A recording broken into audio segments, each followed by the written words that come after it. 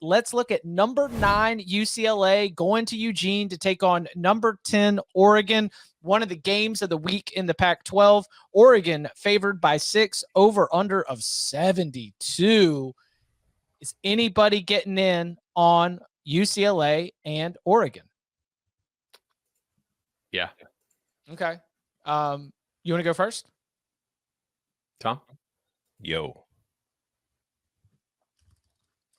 Are you getting on UCLA, Oregon? Oh, I have it in the six-pack this week. I took the over at 69.5. It has gone up to 72 since then. I am no longer taking I'm not locking it up. I still like the over, but at 72, it's not a lock for me. That did get hit then. Mm-hmm. The weather, there was concerns. It was supposed to be raining in the game, but now the weather forecast has changed, so everybody started pounding the over. I'm going to take the 6.5 with UCLA. How many times have we seen Oregon's defense do anything against a decent offense? I feel like UCLA has a pretty good offense. Chip Kelly, they had the bye week last week, right? So he's got 2 weeks to scheme for this. DTR has played a lot of football. I think Oregon probably wins the game, but I'm going to go ahead and take those 6.5 points with UCLA and make them win by a touchdown. I feel like that's just a little bit inflated. 100%.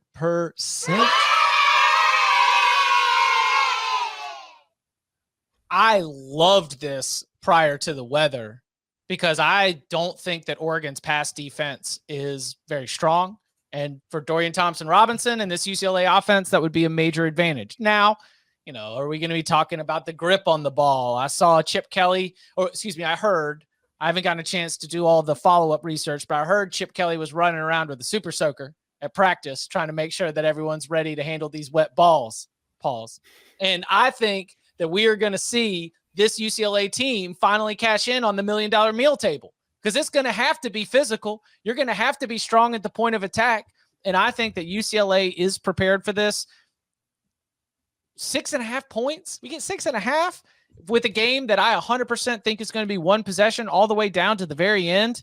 Give me all those points with UCLA. Don't even hate a money line sprinkle, but certainly believe that they're going to be in this to the very end. So give me UCLA plus the points. I agree. Give me Latifah.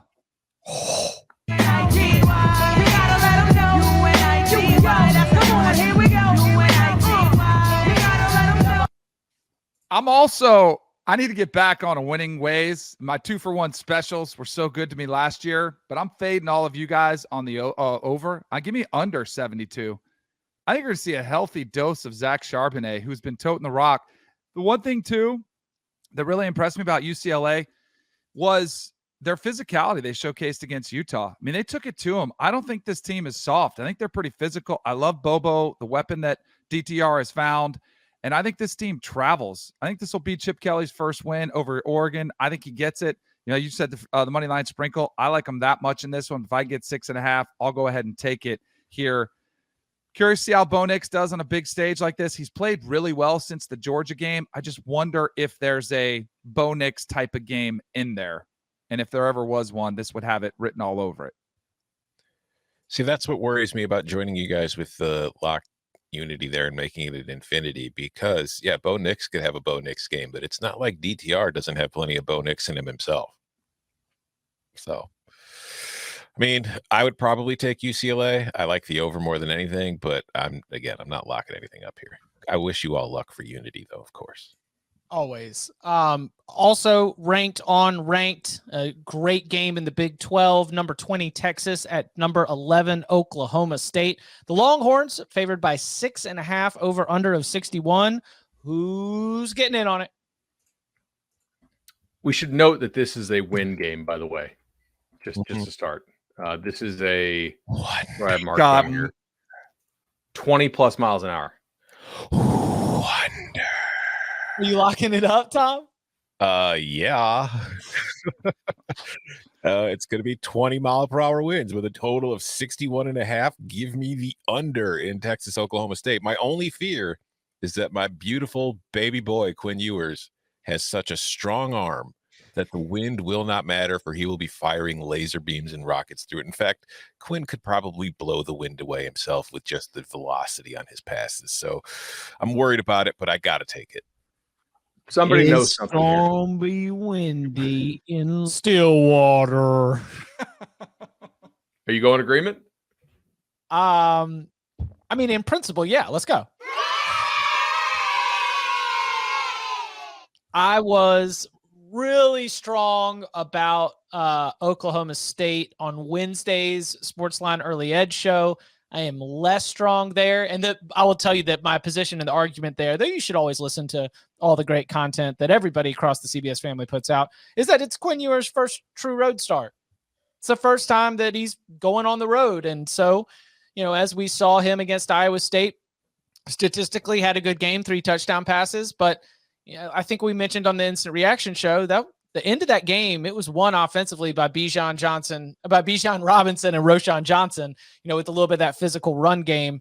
So I wonder how that ends up playing out. But the sharpest play here with Spencer Sanders' injury being the reason why I'm fading some of my confidence. I'm gonna say under is a great play. So I'll get in on it. Yeah, I mean, somebody knows something or somebody thinks they know something.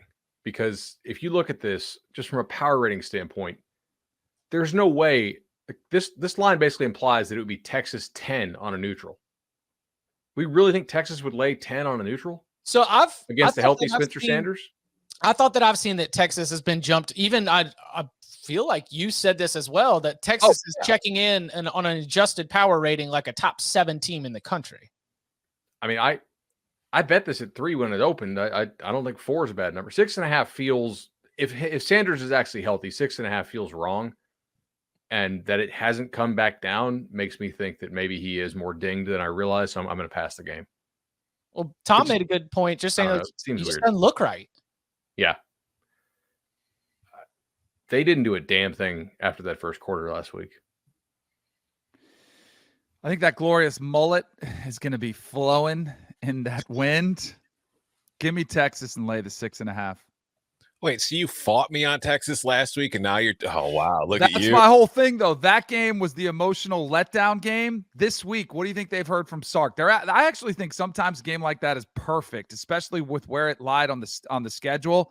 They were feeling good about the Oklahoma game. Now they've been ridden all week hard in practice, and now I think you got your boy Bijan Mustardson is going to get a healthy dose, him and Roschon Johnson. I do think they'll be able to run the football against this Oklahoma State defense. So I don't even know how much Quinn Ewers is going to play in this game. He was a little bit off, which is kind of crazy. I mean, he missed a wide open touchdown in the first half. Just a really weird fade route that wasn't the best, but he doesn't get rattled. Talking about the first road game, I don't think he's intimidated by much at all. He's got the confidence for days. I think they go into Stillwater and get a big win here. I could see it. Yeah.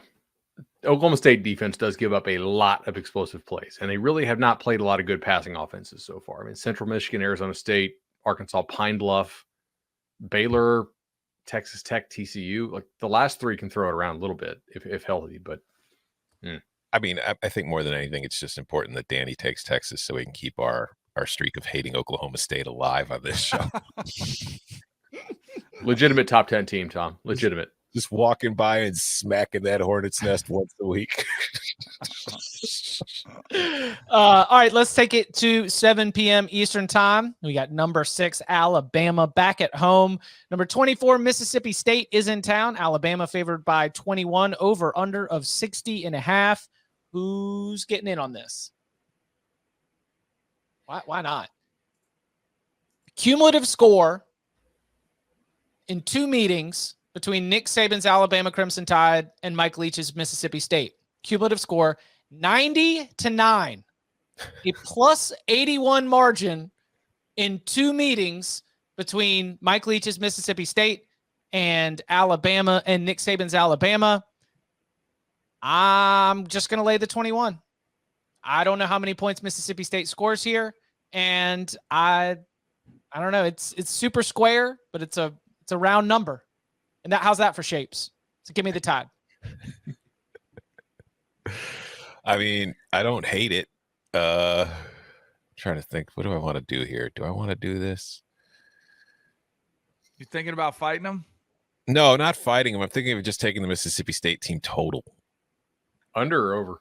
Under. What is it? Let me see real quick. I've actually have like 5 books pulled up here with the team totals because they just post this morning. Yeah. All right. Mississippi State, we have. All right. Shout out Rivers, shout out DraftKings, shout out those places for actually getting the team totals up early in the week. 19 and a half at Rivers. Give it to me. Mississippi State under 19 and a half. All right, there's a 20 out there. You'd probably rather have that. What's the juice? Minus 20. It's not bad. Okay, then yeah, I'll give the team total under 20. That's at Buckeye, if you guys are familiar. I feel like my thought process is I don't know what Alabama's going to do offensively, which is why I'm kind of worried about taking it to cover the spread. But I do think that after giving up 52 points last week, there's going to be an emphasis on the defensive side of the ball this week. So I think, like Chip, you mentioned, the Bulldogs have struggled to score against Alabama under Leach anyway. And I think they're getting a pissed off Saban this weekend. So I don't think they're going to score many points. Anybody else? All right, let's. I think it's a big number, but I got to see another Bama game, see what they do. I'm sitting on some 22, and honestly, I don't feel that great about it. Yeah. Was that like a numbers tell you got to fire on it? Yeah, like that it was more likely to go to 21 than 24. Gotcha. Wait, some Mississippi State plus 22? Yeah. Oh,